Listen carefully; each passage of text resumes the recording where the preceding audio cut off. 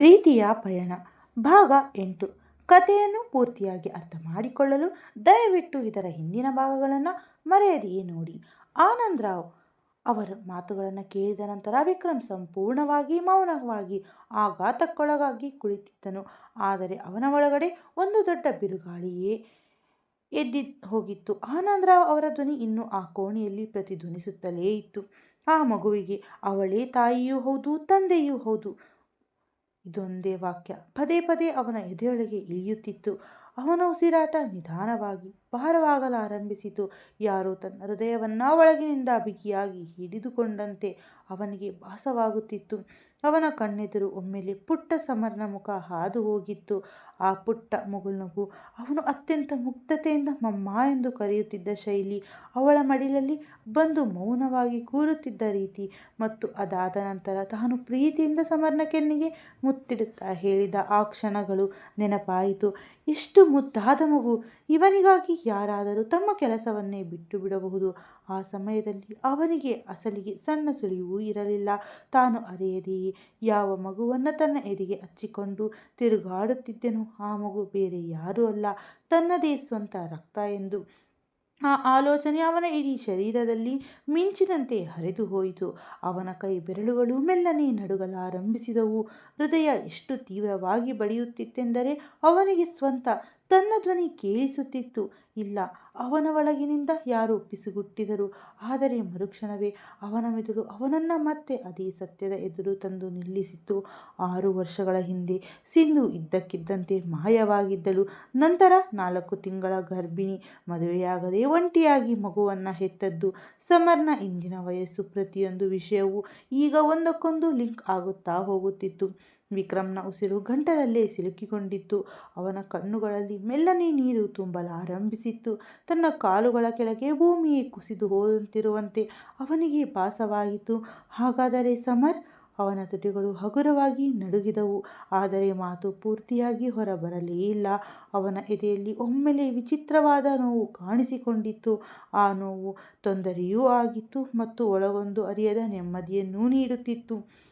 ಒಂದು ವೇಳೆ ನಿಜವಾಗಿಯೂ ಸಮರ್ ತನ್ನ ಮಗನಾಗಿದ್ದರೆ ಇದರ ಅರ್ಥ ಅವನು ತಂದೆಯಾಗಿದ್ದ ಉಲ್ಲಾಸ, ಅವನ ಸ್ವಂತ ಮಗು ಈ ಜಗತ್ತಿನಲ್ಲಿದೆ, ತನ್ನದೇ ರಕ್ತ, ತನ್ನದೇ ಅಂಶ, ಮತ್ತು ತಾನು ಇಷ್ಟು ವರ್ಷಗಳ ಕಾಲ ಅದರಿಂದ ದೂರ ಉಳಿದಿದ್ದೆ.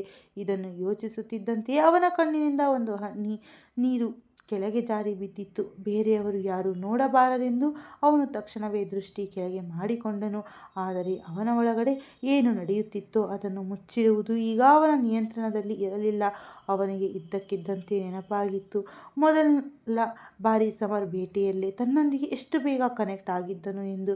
ಹೇಗೆ ಯಾವುದೇ ಭಯವಿಲ್ಲದೆ ತನ್ನ ಮಡಿಲಿಗೆ ಬಂದು ಕುಳಿತಿದ್ದನು, ತನ್ನ ಬೆರಳುಗಳನ್ನು ಹಿಡಿದು ಐಸ್ ಕ್ರೀಮ್ ತಿನ್ನಲು ಕರೆದುಕೊಂಡು ಹೋಗಿದ್ದನು.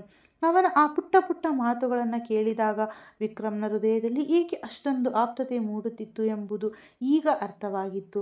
ಆ ಸಮಯದಲ್ಲಿ ಅವನು ಮಕ್ಕಳೆದುರು ಹೀಗೆಯೇ ಮುದ್ದಾಗಿರುತ್ತದೆ ಎಂದುಕೊಂಡಿದ್ದನು. ಆದರೆ ಈಗ ಆ ಪ್ರತಿಯೊಂದು ಕ್ಷಣ ಅರ್ಥವೇ ಬದಲಾಗಿ ಹೋಗಿತ್ತು. ಅವನ ಕಣ್ಣೆದುರು ಒಮ್ಮೆಲೆ ಮತ್ತೊಮ್ಮೆ ಚಿತ್ರಣ ಮೂಡಿತ್ತು.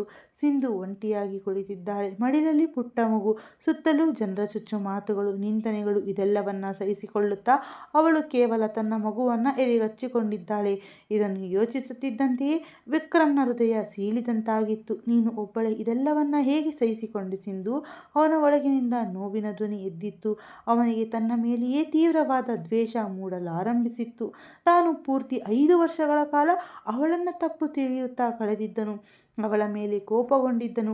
ಅವಳು ತನ್ನನ್ನು ಬಿಟ್ಟು ಹೋದಳು ಎಂದುಕೊಂಡಿದ್ದನು. ಆದರೆ ಅಸಲಿನಲ್ಲಿ ಅವಳು ಒಬ್ಬಳೇ ತನ್ನ ಪ್ರೀತಿಯ ಕುರುವನ್ನು ಉಳಿಸಿಕೊಳ್ಳಲು ಹೋರಾಡುತ್ತಿದ್ದಳು.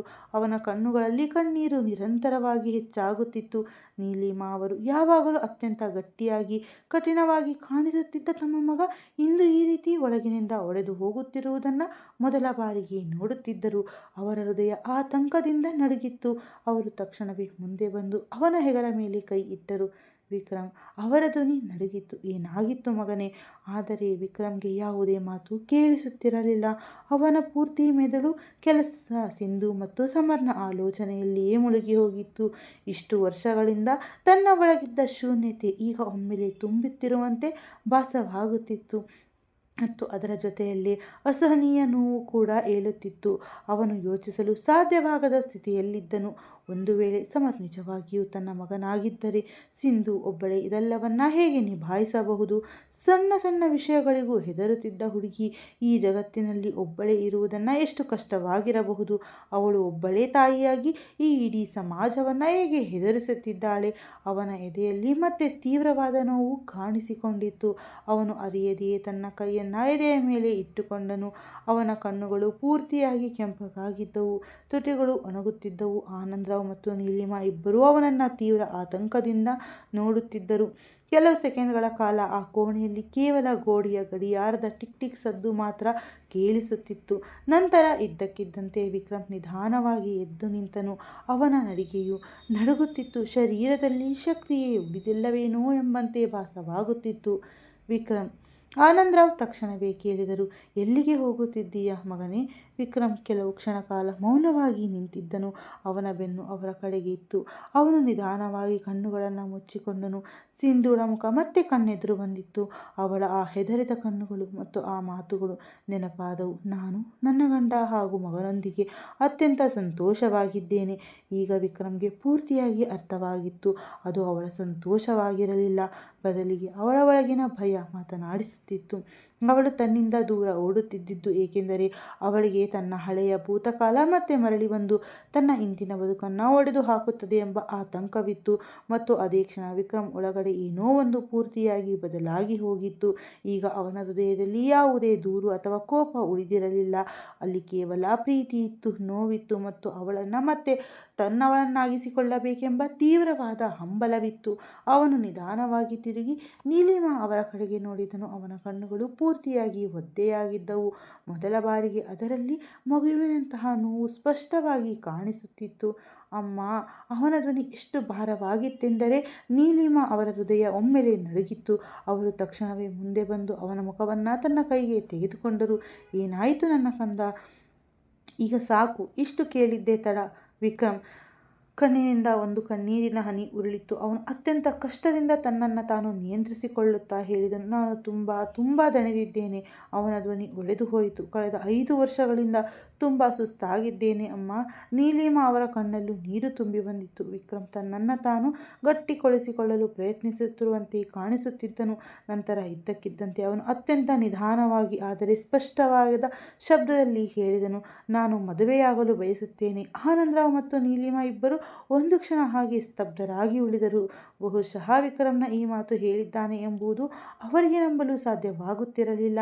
ಏಕೆಂದರೆ ಇದೇ ಹುಡುಗ ಕಳೆದ 5 ವರ್ಷಗಳಿಂದ ಮದುವೆಯ ಹೆಸರೆತ್ತಿದರೆ ಸಾಕು ದೂರ ಓಡುತ್ತಿದ್ದ. ನೀಲಿಮಾ ಅವರ ಕಣ್ಣುಗಳಲ್ಲಿ ಒಮ್ಮೆಲೆ ಭರವಸೆಯ ಬೆಳಕು ಮೂಡಿತು. ನಿಜವೇ? ಅವರ ಧ್ವನಿ ಗದ್ಗದಿತವಾಗಿತ್ತು. ಆದರೆ ಮರುಕ್ಷಣವೇ ವಿಕ್ರಮ್ನ ಧ್ವನಿ ಮತ್ತೆ ಕೇಳಿಸಿತು, ನಿಧಾನವಾಗಿ ನಡುಗುತ್ತಾ, ಆದರೆ ಇಡೀ ಸತ್ಯದೊಂದಿಗೆ. ಸಿಂಧು ಜೊತೆ. ಕೋಣೆಯಲ್ಲಿ ಒಂದು ಕ್ಷಣ ಸಮಯವೇ ನಿಂತು ಹೋದಂತೆ ಭಾಸವಾಗಿತ್ತು. ನೀಲಿಮಾ ಅವರ ಕಣ್ಣುಗಳು ವಿಸ್ತಾರವಾದವು. ಆನಂದರಾವ್ ಕೂಡ ಕೆಲವು ಸೆಕೆಂಡ್ಗಳ ಕಾಲ ಅವನನ್ನೇ ದಿಟ್ಟಿಸುತ್ತಾ ಉಳಿದರು. ಗಾಳಿಯು ಭಾರದಂತೆ ಭಾಸವಾಗಿತ್ತು. ನೀಲಿಮಾ ಅವರ ಕಣ್ಣುಗಳಿಂದ ನೀರು ಇಳಿಯುತ್ತಿದ್ದರೆ ಆನಂದರಾವ್ ಅತ್ಯಂತ ಗಂಭೀರವಾದ ಮೌನದೊಂದಿಗೆ ತನ್ನ ಎದುರು ನಿಂತಿರುವ ವಿಕ್ರಮ್ನನ್ನು ನೋಡಿದರು. ಅವರ ಎದುರು ನಿಂತಿರುವ ಹುಡುಗ ಅದೇ ವಿಕ್ರಮ್ ಹೆಗಡೆಯಾಗಿದ್ದನು, ಯಾರನ್ನು ಅವರು ಯಾವಾಗಲೂ ಗಟ್ಟಿಯಾಗಿ, ಶಾಂತವಾಗಿ ಮತ್ತು ಪ್ರತಿಯೊಂದು ಪರಿಸ್ಥಿತಿಯಲ್ಲೂ ತನ್ನನ್ನು ತಾನು ನಿಯಂತ್ರಿಸಿಕೊಳ್ಳುವವನಾಗಿ ನೋಡಿದ್ದರು. ಆದರೆ ಇಂದು ಅವನ ಕಣ್ಣುಗಳಲ್ಲಿ ಏನೋ ಒಂದು ಇತ್ತು. ಅದು ಅವರಿಬ್ಬರ ಹೃದಯವನ್ನು ಒಳಗಿನಿಂದ ಅಲ್ಲಾಡಿಸುತ್ತಿತ್ತು. ಅದರಲ್ಲಿ ನೋವಿತ್ತು, ತಳಮಳವಿತ್ತು, ಪಶ್ಚಾತ್ತಾಪವಿತ್ತು ಮತ್ತು ಒಂದು ವಿಚಿತ್ರವಾದ ಒಂಟಿತನವೂ ಇತ್ತು. ಆನಂದರಾವ್ ನಿಧಾನವಾಗಿ ನೀಲಿಮಾ ಅವರ ಕಡೆಗೆ ನೋಡಿದರು. ಅವರಿಬ್ಬರ ಕಣ್ಣುಗಳ ಮಧ್ಯೆ ಯಾವುದೇ ಶಬ್ದಗಳಿಲ್ಲದೆ ಒಂದು ಸಂಭಾಷಣೆ ನಡೆದು ಹೋಯಿತು. ನಂತರ ಆನಂದರಾವ್ ನಿಧಾನವಾಗಿ ಎದ್ದು ಬಂದು ವಿಕ್ರಮ್ನ ಬಳಿ ನಿಂತು ಅವನ ಹೆಗಲ ಮೇಲೆ ಕೈಯಿಟ್ಟರು. ನಿಜ ಹೇಳಬೇಕೆಂದರೆ ಮಗನೇ, ಅವರ ಧ್ವನಿ ಅತ್ಯಂತ ಮೃದುವಾಗಿತ್ತು. ಸಿಂಧು ತುಂಬ ಒಳ್ಳೆಯ, ತಿಳುವಳಿಕೆಯುಳ್ಳ ಮತ್ತು ಗೌರವಾನ್ವಿತ ಹುಡುಗಿ. ನೀನು ಅವಳನ್ನು ಮದುವೆಯಾಗಲು ಬಯಸಿದರೆ ಅದಕ್ಕಿಂತ ದೊಡ್ಡ ಸಂತೋಷ ನನಗೆ ಬೇರೊಂದಿಲ್ಲ. ವಿಕ್ರಮ್ನ ರೆಪ್ಪೆಗಳು ಹಗುರವಾಗಿ ನಡುಗಿದವು. ಆನಂದರಾವ್ ಮುಂದುವರೆಸಿದರು, ಕನಿಷ್ಠ ಪಕ್ಷ ಆ ಹುಡುಗಿ ಬದುಕಾದರೂ ಹಸನಾಗುತ್ತದೆ. ಅವಳ ಮಗುವಿಗೆ ಒಬ್ಬ ತಂದೆಯ ಪ್ರೀತಿ ಸಿಗುತ್ತದೆ. ನಿಜ ಹೇಳಬೇಕೆಂದರೆ ನಾನು ಆ ಹುಡುಗಿ ಜೀವನದಲ್ಲಿ ಎಷ್ಟೋ ಸಂಘರ್ಷ ಪಡುವುದನ್ನು ನೋಡಿದ್ದೇನೆಯೋ ಮಗನೇ. ಅದಾದ ನಂತರ ನನ್ನ ಹೃದಯ ಯಾವಾಗಲೂ ಬಯಸುತ್ತಿತ್ತು, ಅವಳ ಬದುಕಿಗೆ ಯಾರಾದರೂ ಒಬ್ಬ ಒಳ್ಳೆಯ ವ್ಯಕ್ತಿ ಬಂದು ಅವಳನ್ನು ಕೈ ಹಿಡಿದು ಬೇಕು, ಅವಳನ್ನು ಒಂಟಿಯಾಗಿರಲು ಬಿಡಬಾರದು ಎಂದು. ವಿಕ್ರಮ್ನ ಕಣ್ಣುಗಳಲ್ಲಿ ಆತಂಕ ಇನ್ನೂ ಆಳವಾಯಿತು. ಆದರೆ ಆನಂದರಾವ್ ಅವರ ಧ್ವನಿ ಈಗ ಸ್ವಲ್ಪ ಗಂಭೀರವಾಯಿತು. ಆದರೆ ಇದ್ದಕ್ಕಿದ್ದಂತೆ, ನೀನು ಈ ಮಾತನ್ನು ಹೇಳುತ್ತಿರುವ ಶೈಲಿ ನೋಡಿದರೆ ವಿಷಯ ಕೇವಲ ಇಷ್ಟಪಡುವುದು ಅಥವಾ ಮದುವೆಗೆ ಸೀಮಿತವಾಗಿಲ್ಲ ಎಂದು ಅನಿಸುತ್ತಿದೆ. ನಿನ್ನ ಕಣ್ಣುಗಳಲ್ಲಿ ತೀವ್ರವಾದ ತಳಮಳವಿದೆ ಮಗನೇ, ತುಂಬ ನೋವಿದೆ. ಅಸಲಿ ವಿಷಯ ಏನೆಂದು ಹೇಳು. ವಿಕ್ರಮ್ ಕೆಲವು ಸೆಕೆಂಡ್ಗಳ ಕಾಲ ಸಂಪೂರ್ಣವಾಗಿ ಮೌನವಾಗಿ ನಿಂತಿದ್ದನು. ಅಮ್ಮ, ಅವನ ಧ್ವನಿ ಪೂರ್ತಿಯಾಗಿ ಗದ್ಗದಿತವಾಗಿತ್ತು. ನಾನು ಎಂದಾದರೂ ಯಾರಿಗಾದರೂ ತಪ್ಪು ಮಾಡಲು ಸಾಧ್ಯವೇ? ಈ ಪ್ರಶ್ನೆಯನ್ನ ಕೇಳುತ್ತಿದ್ದಂತೆ ನೀಲಿಮಾ ಅವರ ಹೃದಯ ಮಮತೆಯಿಂದ ತುಂಬಿ ಬಂದಿತ್ತು. ಅವರು ತಕ್ಷಣವೇ ತಮ್ಮ 2 ಕೈಗಳಿಂದ ಅವನ ಮುಖವನ್ನು ಹಿಡಿದುಕೊಂಡರು. ಇಲ್ಲ, ಅವರ ಕಣ್ಣುಗಳಿಂದ ನೀರು ಜಾರಿತ್ತು. ನನ್ನ ಕಂದ ಎಂದಿಗೂ ಯಾರಿಗೂ ತಪ್ಪು ಮಾಡಲು ಸಾಧ್ಯವೇ ಇಲ್ಲ. ನನಗೆ ನನ್ನ ಮಗನ ಬಗ್ಗೆ ಚೆನ್ನಾಗಿ ಗೊತ್ತು ವಿಕ್ರಮ್, ನೀನು ಅಂತಹ ಯೋಚನೆ ಮಾಡಲು ಸಹ ಸಾಧ್ಯವಿಲ್ಲ. ವಿಕ್ರಮ್ನ ಕಣ್ಣುಗಳನ್ನು ಮುಚ್ಚಿಕೊಂಡನು. ಬಹುಶಃ ಇದೇ ಶಬ್ದವನ್ನು ಕೇಳುವ ಅವಶ್ಯಕತೆ ಅವನಿಗೆ ಎಲ್ಲರಿಗಿಂತ ಹೆಚ್ಚಾಗಿತ್ತು. ಆದರೆ ಅವನ ಮುಖದಲ್ಲಿ ಆ ನೋವು ಇನ್ನೂ ಸ್ಪಷ್ಟವಾಗಿ ಕಾಣಿಸುತ್ತಿತ್ತು. ನೀಲಿಮಾ ಅವರು ಅವನ ಹಣೆಗೆ ಮುತ್ತಿಟ್ಟರು. ಹಾಗಾದರೆ ಇಷ್ಟೊಂದು ತಪ್ಪಿತಸ್ಥ ಭಾವನೆ ಯಾಕೆ ಮಗನೇ? ಅವನ ಧ್ವನಿ ನಡುಗುತ್ತಿತ್ತು. ಯಾವ ವಿಷಯ ನಿನ್ನ ಒಳಗಿನಿಂದ ಇಷ್ಟೊಂದು ಕಾಡುತ್ತಿದೆ ವಿಕ್ರಮ್? ಕೆಲವು ಕ್ಷಣ ಕಾಲ ಮೌನವಾಗಿದ್ದನು. ಅವನ ತುಟಿಗಳು ಹಲವು ಬಾರಿ ತೆರೆದವು, ಆದರೆ ಮಾತುಗಳು ಹೊರಬರಲಿಲ್ಲ. ಕೊನೆಗೆ ಅವನು ಅತ್ಯಂತ ಕಷ್ಟದಿಂದ ಹೇಳಿದನು, ಅಮ್ಮ, ನಾನು ನಿಮಗೆ ಎಲ್ಲವನ್ನ ಹೇಳುತ್ತೇನೆ, ಪ್ರತಿಯೊಂದನ್ನು ತಿಳಿಸುತ್ತೇನೆ. ಆದರೆ ಈಗ ಎಷ್ಟೋ ವಿಷಯಗಳು ಹದಗೆಟ್ಟಿವೆ ಮತ್ತು ಎಲ್ಲಕ್ಕಿಂತ ಮೊದಲು ನಾನು ಅದನ್ನು ಸರಿಪಡಿಸಲು ಬಯಸುತ್ತೇನೆ. ಅವನ ಕಣ್ಣುಗಳು ಒಮ್ಮೆಲೇ ಒಂದು ವಿಚಿತ್ರವಾದ ದೃಢತೆ ಮೂಡಿತು. ಸಾಕು, ನೀವಿಬ್ಬರೂ ನನಗೆ ಸಾಥ್ ಕೊಡಿ. ನೀಲಿಮಾ ಮತ್ತು ಆನಂದರಾವ್ ಮೌನವಾಗಿ ಅವನನ್ನೇ ನೋಡುತ್ತಿದ್ದರು. ವಿಕ್ರಮ್ ಧ್ವನಿ ಕೇಳಿಸಿತು, ನೀವಿಬ್ಬರು ಸಿಂಧು ಜೊತೆ ನನ್ನ ಮದುವೆ ಮಾಡಿಸುತ್ತೀರಾ? ಇದನ್ನು ಹೇಳುವಾಗ ಅವನ ಧ್ವನಿ ಒಡೆದೇ ಹೋಯಿತು. ಒಂದು ಸಣ್ಣ ಪ್ರಶ್ನೆಯಲ್ಲಿ ಅವನ ಇಡೀ ಹೃದಯದ ಭಾವನೆಯೇ ಹೊರಬಂದಂತೆ ಭಾಸವಾಗಿತ್ತು. ನೀಲಿಮಾ ಅವರಿಗೆ ಈಗ ತನ್ನನ್ನು ತಾನು ನಿಯಂತ್ರಿಸಿಕೊಳ್ಳಲು ಸಾಧ್ಯವಾಗಲಿಲ್ಲ. ಅವರು ತಕ್ಷಣವೇ ಅವನ ಮುಖವನ್ನು ತಮ್ಮ 2 ಕೈಗಳಲ್ಲಿ ತುಂಬಿಕೊಂಡರು. ನನ್ನ ಕಂದ. ಅವರ ಕಣ್ಣುಗಳಿಂದ ನಿರಂತರವಾಗಿ ಕಣ್ಣೀರು ಹರಿಯುತ್ತಿತ್ತು. ನಿನ್ನ ಸಂತೋಷ ಇದರಲ್ಲೇ ಇದೆ ಎಂದಾದರೆ ಅದಕ್ಕಿಂತ ದೊಡ್ಡದು ನನಗೆ ಬೇರೊಂದಿಲ್ಲ. ವಿಕ್ರಮ್ನ ಕಣ್ಣುಗಳು ಮತ್ತೆ ತುಂಬಿ ಬಂದವು. ನೀಲಿಮಾ ಹಗುರವಾಗಿ ಮುಗುಳ್ನಗುತ್ತಾ ಹೇಳಿದರು, ಸಿಂಧು ನನಗೆ ತುಂಬ ಇಷ್ಟ ಮಗನೇ, ತುಂಬ ಒಳ್ಳೆಯ ಹುಡುಗಿ. ಅವಳ ಭೂತಕಾಲ ಏನೇ ಇರಲಿ, ಅದು ಅವಳ ಭೂತಕಾಲ ಏನೂ ಇಲ್ಲ ಅಮ್ಮ. ವಿಕ್ರಮ್ ಒಮ್ಮೆಲೆ ಅವರ ಮಾತನ್ನ ಕತ್ತರಿಸಿ ಹೇಳಿದನು. ಅವನ ಧ್ವನಿಯಲ್ಲಿ ಮೊದಲ ಬಾರಿಗೆ ತಳಮಳದ ಜೊತೆಗೆ ತೀವ್ರವಾದ ನೋವು ಸ್ಪಷ್ಟವಾಗಿ ಕೇಳಿಸಿತ್ತು. ಅವಳ ಭೂತಕಾಲ ಏನೂ ಇಲ್ಲ. ಅವನು ನಿಧಾನವಾಗಿ ಪುನರಾವರ್ತಿಸಿದನು, ತನಗೆ ತಾನೇ ಹೇಳಿಕೊಳ್ಳುತ್ತಿರುವಂತೆ, ನಾನು ನಿಮಗೆ ಎಲ್ಲವನ್ನ ಹೇಳುತ್ತೇನೆ, ಆದರೆ ಈಗಲ್ಲ. ಈಗ ನನಗೆ ತುಂಬ ಆತುರವಿದೆ. ಅವನ ಉಸಿರಾಟದ ವೇಗ ಹೆಚ್ಚಾಗಿತ್ತು. ನಾನು ಏನನ್ನೋ ಅರ್ಥ ಮಾಡಿಕೊಳ್ಳಬೇಕಿದೆ, ಏನನ್ನೋ ಸರಿಪಡಿಸಬೇಕಿದೆ, ಇಲ್ಲದಿದ್ದರೆ ತುಂಬ ತಡವಾಗಿ ಬಿಡುತ್ತದೆ. ಇದನ್ನು ಹೇಳಿ ಅವನು ತಕ್ಷಣವೇ ತನ್ನ ಕಣ್ಣೀರನ್ನು ಒರೆಸಿಕೊಂಡು ಹಿಂದಕ್ಕೆ ಸರಿದನು. ನೀಲಿಮಾ ಅವನನ್ನು ತಡೆಯಲು ಬಯಸಿದರು, ಆದರೆ ಅವನ ಮುಖದ ಪರಿಸ್ಥಿತಿಯನ್ನು ಕಂಡು ಹಾಗೆ ಉಳಿದರು. ವಿಕ್ರಮ್ ಅವರಿಬ್ಬರ ಕಡೆಗೆ ಒಮ್ಮೆ ನೋಡಿ ತೀವ್ರವಾದ ಹೆಜ್ಜೆಗಳೊಂದಿಗೆ ಕೋಣೆಯಿಂದ ಹೊರಗೆ ನಡೆದನು.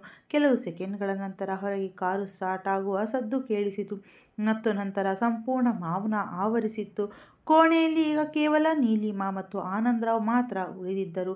ಇಬ್ಬರು ಸಾಕಷ್ಟು ಸಮಯದವರೆಗೆ ವಿಕ್ರಮ್ ಹೋದ ಬಾಗಿಲಿನ ಕಡೆಗೆ ನೋಡುತ್ತಿದ್ದರು. ನೀಲಿಮಾ ಅವರ ಕಣ್ಣುಗಳಲ್ಲಿ ಈಗ ಆತಂಕವಿತ್ತು. ಆನಂದ್, ಅವರು ನಿಧಾನವಾಗಿ ಕರೆದರು. ನೀವು ಅವನ ಕಣ್ಣುಗಳನ್ನು ಗಮನಿಸಿದ್ದೀರಾ? ಆನಂದರಾವ್ ಗಂಭೀರವಾಗಿ ಸೋಫಾದ ಮೇಲೆ ಕುಳಿತುಕೊಂಡರು. ಹೌದು. ಅವರು ದೀರ್ಘವಾಗಿ ನಿಟ್ಟುಸಿರು ಬಿಟ್ಟರು. ಅವನು ಕೇವಲ ಸಿಂಧೂಳನ್ನು ಮದುವೆಯಾಗಲು ಬಯಸುತ್ತಿಲ್ಲ. ಅವನ ಒಳಗಡೆ ಬೇರೆ ಯಾವುದೋ ದೊಡ್ಡ ವಿಷಯ ನಡೆಯುತ್ತಿದೆ, ತುಂಬ ಆಳವಾದ ವಿಷಯ. ಕೆಲವು ಕ್ಷಣಗಳ ಕಾಲ ಇಬ್ಬರನ್ನ ಮೌನವಾಗಿದ್ದರು. ನಂತರ ಆನಂದರಾವ್ ಇದ್ದಕ್ಕಿದ್ದಂತೆ ಹೇಳಿದರು, ನೀಲಿಮಾ, ಒಂದು ವೇಳೆ ಸಿಂಧೂಳ ಭೂತಕಾಲಕ್ಕೂ ವಿಕ್ರಮ್ಗೂ ಏನಾದರೂ ಸಂಬಂಧವಿರಬಹುದೇ? ಇದನ್ನು ಕೇಳುತ್ತಿದ್ದಂತೆ ನೀಲಿಮಾ ಅವರ ಹೃದಯ ಒಂದು ಕ್ಷಣ ಬಡಿತವನ್ನೇ ಮರೆತಂತೆ ಭಾಸವಾಗಿತ್ತು. ಅವರು ತಕ್ಷಣವೇ ಆನಂದರಾವ್ ಅವರ ಕಡೆಗೆ ನೋಡಿದರು. ಅವರ ಮುಖದಲ್ಲಿ ಆತಂಕ ಸ್ಪಷ್ಟವಾಗಿತ್ತು. ಬಹುಶಃ ಅವರು ಅತ್ಯಂತ ನಿಧಾನವಾಗಿ ಹೇಳಿದರು, ಬಹುಶಃ ನೀವು ಹೇಳುತ್ತಿರುವುದು ಸರಿಯೇ ಇರಬಹುದು. ಅವರ ಕಣ್ಣೆದುರು ಕಳೆದ ದಿನಗಳ ಎಲ್ಲ ದೃಶ್ಯಗಳು ಮೂಡಲಾರಂಭಿಸಿದವು. ಮದುವೆಯ ಮನೆಯಲ್ಲಿ ವಿಕ್ರಮ್ನ ಆ ತಳಮಳ, ಪದೇ ಪದೇ ಸಿಂಧೂಳನ್ನು ದಿಟ್ಟಿಸುತ್ತಿದ್ದ ರೀತಿ, ಎಲ್ಲೋ ಕಳೆದು ಹೋಗುತ್ತಿದ್ದ ಪರಿಸ್ಥಿತಿ. ನಾನು ಸಹ ಅದನ್ನು ಗಮನಿಸಿದ್ದೆ. ನೀಲಿಮಾ ಪಿಸುಗುಟ್ಟಿದರು. ಅವನು ಸಿಂಧೂಳನ್ನು ನೋಡಿದಾಗಿನಿಂದ ಸಂಪೂರ್ಣ ಬದಲಾಗಿದ್ದಾನೆ. ಒಳಗಿನಿಂದ ತುಂಬ ತಲ್ಲಣಗೊಂಡಿದ್ದಾನೆ. ಯಾವುದೋ ಹಳೆಯ ಗಾಯ ಒಮ್ಮೆಲೆ ಮತ್ತೆ ಹಸಿಯಾದಂತೆ ಭಾಸವಾಗುತ್ತಿದೆ.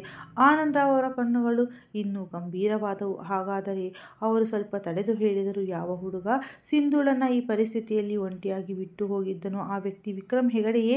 ಇಲ್ಲ, ನೀಲಿಮಾ ತಕ್ಷಣವೇ ಒಮ್ಮೆಲೆ ಕಿರುಚುತ್ತಾ ಹೇಳಿದರು. ಅವರ ಧ್ವನಿಯಲ್ಲಿ ತಮ್ಮ ಮಗನ ಮೇಲೆ ಅಚಲವಾದ ನಂಬಿಕೆ ಎದ್ದು ಕಾಣುತ್ತಿತ್ತು.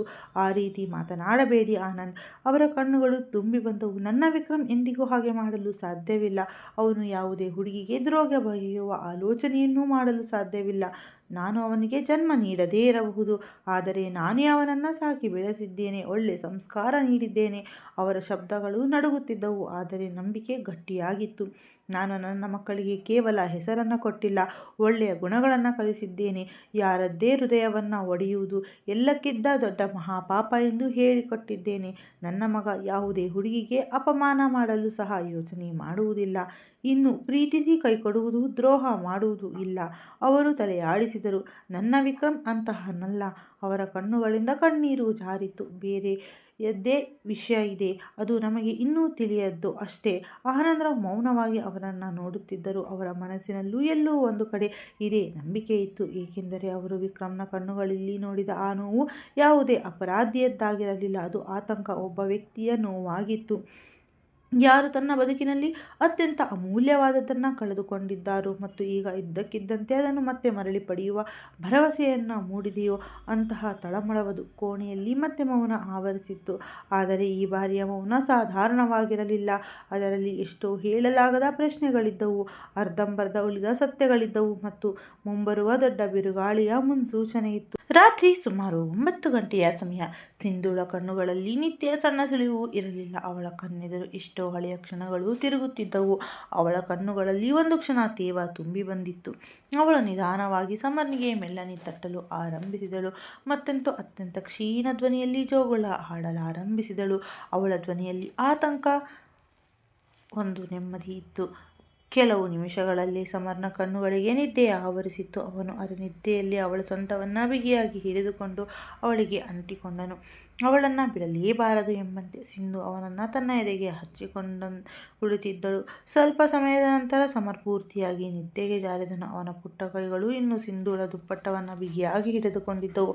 ಸಿಂಧು ಬಾಗಿ ಅವನ ಹಣೆಗೆ ಮುತ್ತಿಟ್ಟಳು. ಆದರೆ ಅವಳ ಸ್ವಂತ ಕಣ್ಣಿನಿಂದ ನಿದ್ದೆ ತುಂಬ ದೂರವಾಗಿತ್ತು. ಅವಳು ಮೌನವಾಗಿ ಆ ಕತ್ತಲೆಯ ಕೋಣೆಯಲ್ಲಿ ಕುಳಿತಿದ್ದಳು. ಹೊರಗೆ ಕಿಟಕಿಯ ಮೂಲಕ ಬರುತ್ತಿದ್ದ ತಿಳಿಚಂದ್ರನ ಬೆಳಕು ಸಮರ್ನ ಮುಖದ ಮೇಲೆ ಬೀಳುತ್ತಿತ್ತು ಮತ್ತು ಇನ್ನೊಂದೆಡೆ ಸಿಂಧೂಳ ಮುಖದಲ್ಲಿ ಆತಂಕ ಸ್ಪಷ್ಟವಾಗಿ ಕಾಣಿಸುತ್ತಿತ್ತು. ಅವಳ ಮಿದುಳಿನಲ್ಲಿ ಪದೇ ಪದೇ ಇಂದಿನ ಪ್ರತಿಯೊಂದು ಕ್ಷಣವೂ ತಿರುಗುತ್ತಿತ್ತು. ವಿಕ್ರಮ್ ಇದ್ದಕ್ಕಿದ್ದಂತೆ ಆಫೀಸ್ಗೆ ಬಂದದ್ದು. ಆತ ತನ್ನನ್ನೇ ದಿಟ್ಟಿಸುತ್ತಿದ್ದ ಕಣ್ಣುಗಳು, ಆ ವಿಚಿತ್ರವಾದ ಮೌನ. ಅವನ ಕಣ್ಣುಗಳು ಅವಳ ಮುಖಕ್ಕಿಂತ ಹೆಚ್ಚಾಗಿ ಅವಳ ಹೃದಯ ಆಳವನ್ನು ಓದಲು ಹಂಬಲಿಸುತ್ತಿದ್ದಂತೆ ಭಾಸವಾಗುತ್ತಿತ್ತು. ಸಿಂಧು ಮೆಲ್ಲನೆ ಕಣ್ಣನ್ನು ಮುಚ್ಚಿಕೊಂಡಳು. ಆದರೆ ಮರುಕ್ಷಣವೇ ವಿಕ್ರಮ್ನ ಮುಖ ಮತ್ತೆ ಕಣ್ಣೆದುರು ಬಂದು ನಿಂತಿತ್ತು. ಅವನ ಆ ಪ್ರಶ್ನೆ, ನಾವು ಈ ಮುಂಚೆಯೂ ಭೇಟಿಯಾಗಿದ್ದೆವಾ? ಅವಳ ಉಸಿರಾಟ ಸ್ವಲ್ಪ ವೇಗವಾಗಲಾರಂಭಿಸಿತು. ಅಸಲಿಗೆ ಅವನು ಆಫೀಸ್ಗೆ ಯಾಕೆ ಬಂದಿದ್ದನು? ಅವಳು ಮನಸ್ಸಿನಲ್ಲಿಯೇ ಯೋಚಿಸುತ್ತಿದ್ದಳು. ಮತ್ತು ಮತ್ತೆ ಇದ್ದಕ್ಕಿದ್ದಂತೆ ಯಾಕೆ ಹೊರಟು ಹೋದನು? ಅವಳ ಒಳಗಿದ್ದ ಭಯ ಇನ್ನೂ ಜೀವಂತವಾಗಿತ್ತು. ಅವಳಿಗೆ ಅನಿಸುತ್ತಿತ್ತು, ವಿಕ್ರಮ್ ಈ ರೀತಿ ತನ್ನ ಎದುರು ಬರುವುದು ಯಾವುದೇ ಸಾಧಾರಣ ವಿಷಯವಲ್ಲ ಎಂದು. ಕಳೆದು ಹೋದ ಕಾಲ ಮತ್ತೆ ಮರಳಿ ತನ್ನ ಬಾಗಿಲಿಗೆ ಬಂದಂತೆ ಅವಳಿಗೆ ಭಾಸವಾಗಿತ್ತು. ಅವಳು ತಳಮಳದಿಂದ ಮಗ್ಗಲು ಬದಲಾಯಿಸಿದಳು. ಅವನು ಮತ್ತೆ ಬೆಂಗಳೂರಿಗೆ ವಾಪಸ್ ಹೋಗಿರಬಹುದೇ? ಇದನ್ನು ಯೋಚಿಸುತ್ತಿದ್ದಂತೆಯೇ ಅವಳ ಹೃದಯದಲ್ಲಿ ಒಂದು ವಿಚಿತ್ರವಾದ ನೆಮ್ಮದಿ ಮತ್ತು ನೋವು ಎರಡೂ ಒಟ್ಟಿಗೆ ಇದ್ದವು. ನೆಮ್ಮದಿ ಏನೆಂದರೆ ಬಹುಶಃ ಅವನು ಮತ್ತೆ ತನ್ನ ಎದುರು ಬರುವುದಿಲ್ಲ ಎಂದು, ಮತ್ತು ನೋವು ಏನೆಂದರೆ ಅವಳ ಸ್ವಂತ ಹೃದಯವೇ ಈ ನೆಮ್ಮದಿಯಿಂದ ಪೂರ್ತಿಯಾಗಿ ಖುಷಿಯಾಗಿರಲಿಲ್ಲ. ಸಿಂಧು ತಕ್ಷಣವೇ ತನ್ನನ್ನು ತಾನು ಗದರಿಸಿಕೊಂಡಳು.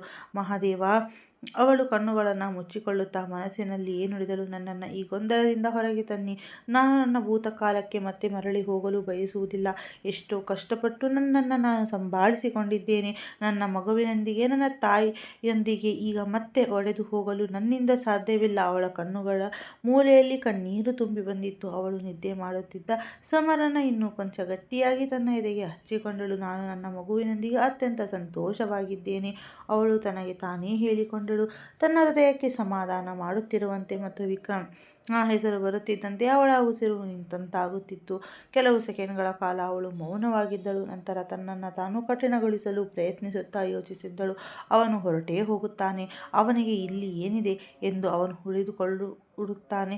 ಆದರೆ ಮರುಕ್ಷಣವೇ ಅವಳ ಒಳಗಡೆ ಹೂತು ಹೋಗಿದ್ದ ಆ ಹಳೆಯ ಗಾಯ ಮತ್ತೆ ಹಸಿಯಾಯಿತು. ನಾನು ಕೇವಲ ಒಂದು ರಾತ್ರಿಗಷ್ಟೇ ಅವನ ಹತ್ತಿರ ಬಂದಿದ್ದೆ. ಅವಳ ಕಣ್ಣುಗಳಲ್ಲಿ ನೋವು ತುಂಬಿತ್ತು. ಈ ಶ್ರೀಮಂತ ಜನರಿಗೆ ಏನು ವ್ಯತ್ಯಾಸವಾಗುತ್ತದೆ? ಅವರ ಒಂದು ರಾತ್ರಿಯ ಆಟ ಒಬ್ಬ ಹುಡುಗಿಯ ಇಡೀ ಬದುಕನ್ನೇ ಹಾಳು ಮಾಡಬಹುದು ಅಥವಾ ಉದ್ಧಾರ ಮಾಡಬಹುದು. ಅವಳ ಶಬ್ದಗಳಲ್ಲಿ ದೂರು ಇತ್ತು, ನೋವಿತ್ತು ಮತ್ತು ವರ್ಷಗಳಿಂದ ಅಡಗಿಸಿಟ್ಟಿದ್ದ ಬೇಗುದಿ ಇತ್ತು. ಅವಳು ಸುದೀರ್ಘವಾದ ಭಾರಿ ಉಸಿರೆಳೆದುಕೊಂಡಳು. ಅವಳಿಗೆ ಇಂದಿಗೂ ಆ ರಾತ್ರಿ ನೆನಪಿತ್ತು. ತಾನು ಮೊದಲ ಬಾರಿಗೆ ತನ್ನನ್ನು ತಾನು ಎಷ್ಟು ಅಸಹಾಳಾಗಿ ಭಾವಿಸಿದ್ದೆ ಎಂದು. ಅದಾದ ನಂತರ ಎಷ್ಟು ವಿಷಯಗಳು ಬದಲಾಗಿ ಹೋಗಿದ್ದವು, ಬದುಕು, ಸಂಬಂಧಗಳು, ಕನಸುಗಳು ಎಲ್ಲವೂ. ಆದರೆ ಮರುಕ್ಷಣವೇ ಅವಳ ದೃಷ್ಟಿ ತನ್ನ ಎದೆಗೆ ಅಂಟಿಕೊಂಡಿದ್ದ ಸಮರ್ನ ಮೇಲೆ ಬಿತ್ತು ಮತ್ತು ಅವಳ ಮುಖದಲ್ಲಿ ತಕ್ಷಣವೇ ಒಂದು ವಿಭಿನ್ನವಾದ ಮೃದುತ್ವ ಮೂಡಿತ್ತು. ಅವಳು ಅತ್ಯಂತ ನಿಧಾನವಾಗಿ ತನಗೆ ತಾನೇ ಹೇಳಿಕೊಂಡಳು, ಏನೇ ಆದರೂ ನನ್ನ ಭೂತಕಾಲ ಎಂದಿಗೂ ನನ್ನ ಮಗು ಮತ್ತು ನನ್ನ ವರ್ತಮಾನದ ಮೇಲೆ ಪ್ರಭಾವ ಬೀರುವುದಿಲ್ಲ. ನಾನು ಮತ್ತೆ ದುರ್ಬಲರಾಗಲು ಸಾಧ್ಯವೇ ಇಲ್ಲ. ಅವಳು ಕಣ್ಣುಗಳನ್ನು ಮುಚ್ಚಿಕೊಳ್ಳಲು ಪ್ರಯತ್ನಿಸಿದಳು. ಬಹುಶಃ ಈಗಲಾದರೂ ಸ್ವಲ್ಪ ನಿದ್ದೆ ಬರಬಹುದು ಎಂದು, ಮಿದುಳು ಸ್ವಲ್ಪ ಸಮಯದವರೆಗೆ ಶಾಂತವಾಗಬಹುದು ಎಂದು. ಆದರೆ ಅಷ್ಟರಲ್ಲೇ ಮನೆಯ ಮೌನ ಸೀಳುತ್ತಾ ಇದ್ದಕ್ಕಿದ್ದಂತೆ ಡೋರ್ ಬೆಲ್ ಬಾರಿಸಿತು. ರಾತ್ರಿಯ ನಿಶ್ಶಬ್ದದಲ್ಲಿ ಈ ಸದ್ದು ಎಷ್ಟು ಕೇಳಿಸಿತೆಂದರೆ ಸಿಂಧೂಳ ಇಡೀ ಶರೀರ ಒಂದು ಕ್ಷಣ ನಡುಗಿತ್ತು. ಅವಳ ಹೃದಯದ ಬಡಿತ ಒಂದು ಕ್ಷಣ ತೀವ್ರವಾಯಿತು. ಅವಳು ತಕ್ಷಣವೇ ಗಡಿಯಾರದ ಕಡೆ ನೋಡಿದಳು. ರಾತ್ರಿ 9:30 ಸಮಯವಾಗಿತ್ತು. ಇಷ್ಟು ರಾತ್ರಿಗೆ ಯಾರು ಇರಬಹುದು? ಸಿಂಧು ನಿಧಾನವಾಗಿ ತನಗೆ ತಾನೇ ಅಂದುಕೊಂಡಳು. ಅವಳ ಹೃದಯ ಇನ್ನೂ ವೇಗವಾಗಿ ಬಡಿಯುತ್ತಿತ್ತು. ಅವಳು ಅತ್ಯಂತ ಜಾಗರೂಕತೆಯಿಂದ ಸಮರ್ನ ಕೈಗಳನ್ನು ತನ್ನ ದುಪ್ಪಟಾದಿಂದ ಬೇರ್ಪಡಿಸಿಕೊಂಡು ಅವಳ ನಿದ್ದೆಗೆ ತೊಂದರೆಯಾಗಬಾರದೆಂದು. ನಂತರ ನಿಧಾನವಾಗಿ ಕೋಣೆಯಿಂದ ಹೊರಗೆ ಬಂದಳು. ಇಡೀ ಮನೆಯಲ್ಲಿ ಮೌನ ಆವರಿಸಿತ್ತು. ಡೋರ್ಬೆಲ್ ಈಗ ಬಂದಾಗಿತ್ತು, ಆದರೆ ಅವಳ ಹೃದಯ ಬಡಿತ ಮೊದಲಿಗಿಂತ ಇನ್ನೂ ಜೋರಾಗಿ ಕೇಳಿಸುತ್ತಿತ್ತು. ಅವಳು ಬಾಗಿಲ ಬಳಿ ಬಂದು ಕೆಲವು ಕ್ಷಣ ನಿಂತಳು. ಅವಳ ಕೈಗಳು ಅರೆಯದೆಯೇ ನಡುಗುತ್ತಿದ್ದವು. ಕೊನೆಗೂ ಅವಳು ನಿಧಾನವಾಗಿ ಬಾಗಿಲು ತೆರೆದಳು ಮತ್ತು ಮರುಕ್ಷಣವೇ ಅವಳ ಉಸಿರಾಟ ಅಲ್ಲಿಗೆ ನಿಂತಂತಾಗಿತ್ತು. ಎದುರಿಗೆ ವಿಕ್ರಮ್ ಹೆಗಡೆ ನಿಂತಿದ್ದನು. ಅದೇ ಆಳವಾದ ಕಣ್ಣುಗಳು, ಅದೇ ತಲ್ಲಣಗೊಂಡ ಮುಖ ಮತ್ತು ಅವನನ್ನು ನೋಡುತ್ತಿದ್ದಂತೆ ಇಡೀ ವಾತಾವರಣದ ಗಾಳಿಯೇ ಭಾರವಾದಂತೆ ಭಾಸವಾಗಿತ್ತು. ಸಿಂಧೂಳ ಕಣ್ಣುಗಳು ಪೂರ್ತಿಯಾಗಿ ವಿಸ್ತಾರವಾದವು. ನೀವು ಅವಳ ತುಟಿಗಳಿಂದ ಮಾತು ಕಷ್ಟದಿಂದ ಹೊರಬಂದಿತು. ಮರುಕ್ಷಣವೇ ಅವಳ ಮುಖದಲ್ಲಿ ಗಾಬರಿ ಮೂಡಿತ್ತು ಮತ್ತು ಅವಳು ತಕ್ಷಣವೇ ಬಾಗಿಲನ್ನು ಮುಚ್ಚಲು ಪ್ರಯತ್ನಿಸಿದಳು. ಆದರೆ ಅದಕ್ಕಿಂತ ಮೊದಲೇ ವಿಕ್ರಮ್ ತನ್ನ ಕೈಯನ್ನು ಬಾಗಿಲಿನ ಮೇಲೆ ಇಟ್ಟನು. ಅವನ ಧ್ವನಿ ನಿಧಾನವಾಗಿತ್ತು, ಆದರೆ ಅದರಲ್ಲಿ ವಿಚಿತ್ರವಾದ ಆತುರವಿತ್ತು. ನಾನು ನಿನ್ನನ್ನು ಭೇಟಿಯಾಗಲು ಬಂದಿದ್ದೇನೆ. ಸಿಂಧೂಳ ಹೃದಯ ತೀವ್ರವಾಗಿ ಬಡಿದುಕೊಳ್ಳಲಾರಂಭಿಸಿತು. ಪ್ಲೀಸ್, ವಿಕ್ರಮ್ ತನ್ನನ್ನು ತಾನು ಸ್ವಲ್ಪ ನಿಯಂತ್ರಿಸಿಕೊಳ್ಳುತ್ತಾ ಹೇಳಿದನು. ಅಂಕಲ್ ಕಳುಹಿಸಿದ್ದಾರೆ. ನನ್ನನ್ನು ಕೆಲವು ಪ್ರಮುಖ ಕೆಲಸವಿತ್ತು. ಅಂಕಲ್ ಎಂದರೆ ಸಿಂಧು ಕೆಲವು ಸೆಕೆಂಡ್ಗಳ ಕಾಲ ಅವನನ್ನೇ ನೋಡುತ್ತಿದ್ದಳು. ನಂತರ ಅವಳಿಗೆ ಅರ್ಥವಾಗಿತ್ತು, ಅವನು ಆನಂದರಾವ್ ಅವರ ಬಗ್ಗೆ ಮಾತನಾಡುತ್ತಿದ್ದಾನೆ ಎಂದು. ಅವಳ ಮುಖದಲ್ಲಿದ್ದ ಗಾಬರಿ ಸ್ವಲ್ಪ ಕಮ್ಮಿಯಾಯಿತು, ಆದರೆ ತಳಮಳ ಇನ್ನೂ ಇತ್ತು. ಏನು ಕೆಲಸವಿತ್ತು? ಅವಳು ತನ್ನನ್ನು ತಾನು ಸಹಜವಾಗಿ ತೋರಿಸಿಕೊಳ್ಳಲು ಪ್ರಯತ್ನಿಸುತ್ತಾ ಕೇಳಿದಳು. ಆನಂದರಾವ್ ಸರ್ ನಿಮ್ಮನ್ನು ಯಾಕೆ ಕಳುಹಿಸಿದ್ದಾರೆ? ವಿಕ್ರಮ್ ತನ್ನ ಕೈಯಲ್ಲಿದ್ದ ಫೈಲನ್ನು ಅವಳ ಕಡೆಗೆ ಚಾಚಿದನು. ಇದರಲ್ಲಿ ಆಫೀಸ್ನ ಕೆಲವು ಪ್ರಮುಖ ವಿಷಯಗಳಿವೆ, ಅವನು ಶಾಂತ ಧ್ವನಿಯಲ್ಲಿ ಹೇಳಿದನು. ಅಂಕಲ್ ನನ್ನೊಂದಿಗೆ ಬೆಂಗಳೂರಿಗೆ ಶಿಫ್ಟ್ ಆಗುತ್ತಿದ್ದಾರೆ. ಆದ್ದರಿಂದ ಕಂಪನಿಯ ಕೆಲವು ಕೆಲಸಗಳನ್ನು ನಿನಗೆ ತಿಳಿಸಬೇಕಾಗಿದೆ. ಕೆಲವು ಜವಾಬ್ದಾರಿಗಳನ್ನು ಹ್ಯಾಂಡ್ ಓವರ್ ಮಾಡಬೇಕಾಗಿದೆ. ಇದರಿಂದ ಅವರು ಹೋದ ನಂತರ ನೀನು ಮ್ಯಾನೇಜ್ ಮತ್ತು ಅಸಿಸ್ಟೆಂಟ್ ಜೊತೆ ಸೇರಿ ಎಲ್ಲವನ್ನ ನಿಭಾಯಿಸಬಹುದು. ಅಂಕಲ್ಗೆ ನಿನ್ನ ಮೇಲೆ ತುಂಬ ಭರವಸೆ ಇದೆ. ಸಿಂಧು ಗಮನವಿಟ್ಟು ಅವನ ಮಾತುಗಳನ್ನು ಕೇಳುತ್ತಿದ್ದಳು, ಆದರೆ ಅವಳ ಹೃದಯದಲ್ಲಿ ಇನ್ನೂ ವಿಚಿತ್ರವಾದ ಭಯವಿತ್ತು. ವಿಕ್ರಮ್ ಮುಂದುವರಿಸಿದ, ನಿಮಗೆ ಯಾವುದೇ ತೊಂದರೆಯಾಗದಿದ್ದರೆ ಹೊರಗೆ ಎಲ್ಲಾದರೂ ಕುಳಿತು ಮಾತನಾಡೋಣವೇ? ಯಾವುದಾದರೂ ಕೆಫೆಯಲ್ಲಿ? ಇಲ್ಲಿ ಇಷ್ಟು ರಾತ್ರಿ ಮನೆಯಲ್ಲಿ ಮಾತನಾಡುವುದು ಸರಿಯಾಗಿ ಕಾಣುವುದಿಲ್ಲ ಮತ್ತು ಬಹುಶಃ ನಿನ್ನ ತಾಯಿ ಹಾಗೂ ನಿನ್ನ ಮಗು ಕೂಡ ನಿದ್ದೆ ಮಾಡಿರಬಹುದು. ನಾವು ಅವರಿಗೆ ತೊಂದರೆ ಮಾಡುವುದು ಬೇಡ. ಅವನ ಧ್ವನಿ ಅತ್ಯಂತ ಸಭ್ಯ ಹಾಗೂ ನಿಯಂತ್ರಣವಾಗಿತ್ತು. ತಾನು ಜಾಗರೂಕತೆಯಿಂದ ತನ್ನ ಭಾವನೆಯನ್ನು ಹತೋಟಿಯಲ್ಲಿಟ್ಟುಕೊಂಡಿದ್ದಾನೆ ಎಂಬಂತೆ ಭಾಸವಾಗುತ್ತಿತ್ತು. ಸಿಂಧು ಕೆಲವು ಕ್ಷಣ ಮೌನವಾಗಿದ್ದಳು. ಅವಳು ವಿಕ್ರಮ್ನ ಮುಖವನ್ನು ಒಮ್ಮೆ ದಿಟ್ಟಿಸಿದಳು. ಅವನ ಕಣ್ಣುಗಳು ಇಂದು ಏನೋ ಒಂದು ವಿಭಿನ್ನವಾಗಿತ್ತು. ಸರಿ, ಕೊನೆಗೆ ಅವಳು ನಿಧಾನವಾಗಿ ಹೇಳಿದಳು, 1 ನಿಮಿಷ ಇರಿ, ನಾನು ಬರುತ್ತೇನೆ. ಇಷ್ಟು ಹೇಳಿ ಅವಳು ಗಡಿಬಿಡಿಯಿಂದ ಒಳಗೆ ಹೋದಳು. ಕೋಣೆಗೆ ಬಂದು ಅವಳು ಮೊದಲಿಗೆ ಸಮರ್ನನ್ನು ನೋಡಿದಳು. ಅವನು ಇನ್ನೂ ಗಾಢ ನಿದ್ದೆಯಲ್ಲಿದ್ದನು. ಅವನ ಮುಖದಲ್ಲಿ ಮುಗ್ಧತೆಯನ್ನು ಕಂಡು ಸಿಂಧೂಳ ಹೃದಯ ಹಗುರವಾಗಿ ನಡುಗಿತ್ತು. ಅವಳು ಬಾಗಿ ಅವನ ಕೂದಲಿಗೆ ಮುತ್ತಿಟ್ಟು ನಂತರ ಅವನನ್ನು ಎತ್ತಿಕೊಂಡು ತನ್ನ ತಾಯಿಯ ಕೋಣೆಗೆ ಕರೆದುಕೊಂಡು ಹೋದಳು. ಅವಳ ತಾಯಿ ಅರೆನಿದ್ದೆಯಲ್ಲಿದ್ದರು. ಅಮ್ಮ, ಸಿಂಧು ನಿಧಾನ ಧ್ವನಿಯಲ್ಲಿ ಹೇಳಿದಳು. ಸರ್, ಅವರ ಅರ್ಜೆಂಟ್ ಕಾಲ್ ಬಂದಿತ್ತು. ರಾವ್ ಸರ್, ಅವರದ್ದು ಕೆಲವು ಪ್ರಮುಖ ಕೆಲಸವಿದೆ. ನಾನು ಸ್ವಲ್ಪ ಹೊತ್ತಿಗೆ ಮರಳಿ ಬರುತ್ತೇನೆ. ಅವಳ ತಾಯಿ ಆ ನಿದ್ದೆಯ ಕಣ್ಣುಗಳಿಂದ ಅವಳನ್ನು ನೋಡಿದರು. ಇಷ್ಟು ರಾತ್ರಿಯಲ್ಲ. ನಂತರ ಸಮರನ್ನು ತನ್ನ ಎಡೆಗೆ ಎಳೆದುಕೊಳ್ಳುತ್ತಾ ಹೇಳಿದರು, ಸರಿ ಮಗಳೇ, ಆದರೆ ಬೇಗ ಬರಲು ಪ್ರಯತ್ನಿಸು. ಹಾಂ ಅಮ್ಮ. ಸಿಂಧು ಹಗುರವಾಗಿ ತಲೆ ಆಡಿಸಿದಳು. ಅವಳು ಮತ್ತೊಮ್ಮೆ ಸಮರ್ನನ್ನು ನೋಡುತ್ತಾ ನಂತರ ತನ್ನನ್ನು ತಾನು ಸಂಭಾಳಿಸಿಕೊಂಡು ಹೊರಗೆ ಬಂದಳು. ವಿಕ್ರಮ್ ಇನ್ನೂ ಅದೇ ಬಾಗಿಲಿನ ಬಳಿ ನಿಂತಿದ್ದನು. ಸಿಂಧು ಹೊರಗೆ ಬರುವುದನ್ನು ನೋಡುತ್ತಿದ್ದಂತೆ ಅವನ ಕಣ್ಣುಗಳು ಕೆಲವು ಕ್ಷಣಗಳ ಕಾಲ ಅವಳ ಮೇಲೆ ನೆಟ್ಟಿ ಹೋದವು. ತಿಳಿ ನೀಲಿ ಬಣ್ಣದ ಸೂಟ್, ಬಿಟ್ಟ ಕೂದಲು, ಯಾವುದೇ ಮೇಕಪ್ ಇಲ್ಲದಿದ್ದರೂ ಸಿಂಧು ಇಂದಿಗೂ ಅಷ್ಟೇ ಸುಂದರವಾಗಿ ಕಾಣಿಸುತ್ತಿದ್ದಳು. ಹೇಗೆ 6 ವರ್ಷಗಳ ಹಿಂದೆ ಇದ್ದಳು, ಬಹುಶಃ ಅದಕ್ಕಿಂತಲೂ ಹೆಚ್ಚು. ಆದರೆ ಅವಳ ಕಣ್ಣುಗಳಲ್ಲಿದ್ದ ಆ ದನಿವು ಈಗ ಮೊದಲಿನ ಥರ ಇರಲಿಲ್ಲ. ಅದರಲ್ಲಿ ಬದುಕಿನೊಂದಿಗೆ ನಿರಂತರವಾಗಿ ಹೋರಾಡುವ ಛಲ ಎದ್ದು ಕಾಣಿಸುತ್ತಿತ್ತು. ಇಬ್ಬರು ಏನು ಮಾತನಾಡದೆ ಕಾರಿನ ಕಡೆ ನಡೆದರು. ಸ್ವಲ್ಪ ಸಮಯದ ನಂತರ ಕಾರು ಒಂದು ಶಾಂತವಾದ ಕೆಫೆಯ ಹೊರಗೆ ನಿಂತಿತ್ತು. ರಾತ್ರಿ ತುಂಬ ಆಗಿದ್ದರಿಂದ ಅಲ್ಲಿ ಹೆಚ್ಚು ಜನ ಇರಲಿಲ್ಲ. ತಿಳಿ ಹಳದಿ ಬೆಳಕು ಮತ್ತು ಮಂದ ಮ್ಯೂಸಿಕ್ ಇಡೀ ವಾತಾವರಣ ಇನ್ನೂ ಹೆಚ್ಚು ಗಂಭೀರವಾಗಿತ್ತು. ಇಬ್ಬರು ಒಳಗೆ ಹೋಗಿ ಒಂದು ಮೂಲೆಯ ಟೇಬಲ್ ಬಳಿ ಕುಳಿತುಕೊಂಡರು. ಸಿಂಧುಗೆ ಇನ್ನೂ ಪೂರ್ತಿಯಾಗಿ ಸಹಜವಾಗಲು ಸಾಧ್ಯವಾಗುತ್ತಿರಲಿಲ್ಲ. ಅವಳ ಬೆರಳುಗಳು ಟೇಬಲ್ ಮೇಲಿದ್ದ ನ್ಯಾಪ್ಕಿನ್ ಅನ್ನು ಪದೇ ಪದೇ ಮಡಚುತ್ತಿತ್ತು. ವಿಕ್ರಮ್ ವೇಟರ್ನನ್ನು ಕರೆದು 2 ಕಾಫಿ ಆರ್ಡರ್ ಮಾಡಿದನು. ನಂತರ ತನ್ನ ಕೈಯಲ್ಲಿದ್ದ ಫೈಲನ್ನು ಟೇಬಲ್ನ ಒಂದು ಬದಿಗಿಟ್ಟನು. ಸಿಂಧುಳ ದೃಷ್ಟಿ ತಕ್ಷಣವೇ ಆ ಫೈಲ್ ಮೇಲೆ ಬಿತ್ತು. ನೀವು ಆಫೀಸ್ ವಿಷಯ ಏನೋ ಡಿಸ್ಕಸ್ ಮಾಡಬೇಕಿತ್ತು ಅಲ್ವಾ? ಅವಳು ನಿಧಾನವಾಗಿ ಕೇಳಿದಳು. ವಿಕ್ರಮ್ ಕೆಲವು ಸೆಕೆಂಡ್ಗಳ ಕಾಲ ಮೌನವಾಗಿದ್ದನು. ಅವನ ಕಣ್ಣುಗಳು ಸಿಂಧುಳ ಮೇಲೆಯೇ ನೆಟ್ಟಿದ್ದವು. ಅವನು ಅತ್ಯಂತ ಕ್ಷೀಣ ಧ್ವನಿಯಲ್ಲಿ ಹೇಳಿದನು, ಇಲ್ಲ. ಸಿಂಧು ಹಗುರವಾಗಿ ಹುಬ್ಬು ಗಂಟಿಕ್ಕಿದಳು. ವಿಕ್ರಮ್ ದೀರ್ಘವಾಗಿ ಉಸಿರಿಳಿದನು. ನಾನು ನಿನ್ನೊಂದಿಗೆ ಕೆಲವು ವೈಯಕ್ತಿಕ ವಿಷಯಗಳನ್ನು ಮಾತನಾಡಬೇಕಾಗಿದೆ. ಇದನ್ನು ಕೇಳುತ್ತಿದ್ದಂತೆ ಸಿಂಧುಳ ಮುಖ ಒಮ್ಮೆಗೆ ಕಠಿಣವಾಯಿತು. ಅವಳು ತಕ್ಷಣವೇ ಕುರ್ಚಿಯನ್ನು ಹಿಂದಕ್ಕೆ ತಳ್ಳಿ ಎದ್ದು ನಿಲ್ಲಲು ಹೋದಳು. ನಾನು ನಿಮ್ಮೊಂದಿಗೆ ಯಾವುದೇ ವೈಯಕ್ತಿಕ ವಿಷಯ ಮಾತನಾಡುವ ಅಗತ್ಯವಿಲ್ಲ. ಅವಳ ಧ್ವನಿಯಲ್ಲಿ ಗಾಬರಿ ಮತ್ತು ಕೋಪ ಎರಡೂ ಇತ್ತು. ಆದರೆ ಅವಳು ತಿರುಗುತ್ತಿದ್ದಂತೆ ವಿಕ್ರಮ್ ಮುಂದೆ ಬಂದು ಅವಳ ಕೈಯನ್ನು ಗಟ್ಟಿಯಾಗಿ ಹಿಡಿದುಕೊಂಡನು. ಅವನ ಹಿಡಿತ ಗಟ್ಟಿಯಾಗಿತ್ತು, ಆದರೆ ಅದರಲ್ಲಿ ಯಾವುದೇ ಬಲವಂತವಿರಲಿಲ್ಲ. ಕೇವಲ ತಳಮಳವಿತ್ತು, ತುಂಬ ಆಳವಾದ ಆತುರವಿತ್ತು. ಕುಳಿತುಕೋ ಸಿಂಧು. ಅವನ ಧ್ವನಿ ಗದ್ಗದಿತವಾಯಿತು. ಪ್ಲೀಸ್, ನನ್ನ ಕೈ ಬಿಡಿ, ಸಿಂಧು ತಕ್ಷಣವೇ ಹೇಳಿದಳು. ಅವಳ ಉಸಿರಾಟದ ವೇಗ ಹೆಚ್ಚಾಗಿತ್ತು. ತಕ್ಷಣವೇ ವಿಕ್ರಮ್ನ ತುಟಿಗಳಿಂದ ಇದ್ದಕ್ಕಿದ್ದಂತೆ ಆ ಮಾತು ಹೊರಬಂದಿತು, ನಮ್ಮ ಮಗನ ಆಣೆ ಸಿಂಧು, ನೀನು ನನ್ನೊಂದಿಗೆ ಮಾತನಾಡಲೇಬೇಕು. ಈ ಶಬ್ದಗಳನ್ನು ಕೇಳುತ್ತಿದ್ದಂತೆ ಸಿಂಧು ಜಾಗದಲ್ಲಿಯೇ ಕಲ್ಲಿನಂತೆ ಸ್ತಬ್ಧವಾಗಿ ನಿಂತುಬಿಟ್ಟಳು. ಅವಳ ಕಣ್ಣುಗಳು ಪೂರ್ತಿಯಾಗಿ ವಿಸ್ತಾರವಾದವು. ಮರುಕ್ಷಣವೇ ಅವಳು ನಿಧಾನವಾಗಿ ವಾಪಸ್ ತನ್ನ ಕುರ್ಚಿಯ ಮೇಲೆ ಕುಳಿತುಕೊಂಡಳು. ಅವಳ ಹೃದಯ ಎಷ್ಟು ತೀವ್ರವಾಗಿ ಬಡಿಯುತ್ತಿತ್ತೆಂದರೆ ಅವಳಿಗೆ ಅನಿಸಿತ್ತು ವಿಕ್ರಮ್ಗೆ ಸಹ ಅದು ಕೇಳಿಸಿಬಿಡುತ್ತದೆ ಎಂದು. ಆದರೆ ತನ್ನ ಆ ಗಾಬರಿಯಲ್ಲಿ ಅವಳು ಒಂದು ವಿಷಯವನ್ನು ಗಮನಿಸಲೇ ಇಲ್ಲ. ವಿಕ್ರಮ್ ನಿನ್ನ ಮಗ ಎನ್ನುವ ಬದಲಿಗೆ ನಮ್ಮ ಮಗ ಎಂದು ಹೇಳಿದ್ದನು. ಕೆಲವು ಸೆಕೆಂಡ್ಗಳ ಕಾಲ ಇಬ್ಬರ ಮಧ್ಯೆ ಒಂದು ಭಾರೀ ಮೌನ ಆವರಿಸಿತ್ತು. ನಂತರ ಸಿಂಧು ಕೋಪ ಮತ್ತು ನೋವಿನಿಂದ ತುಂಬಿದ ಕಣ್ಣುಗಳಿಂದ ಅವನನ್ನು ನೋಡಿದಳು. ನೀವು ಹೀಗೆ ಹೇಗೆ ಮಾಡಲು ಸಾಧ್ಯ?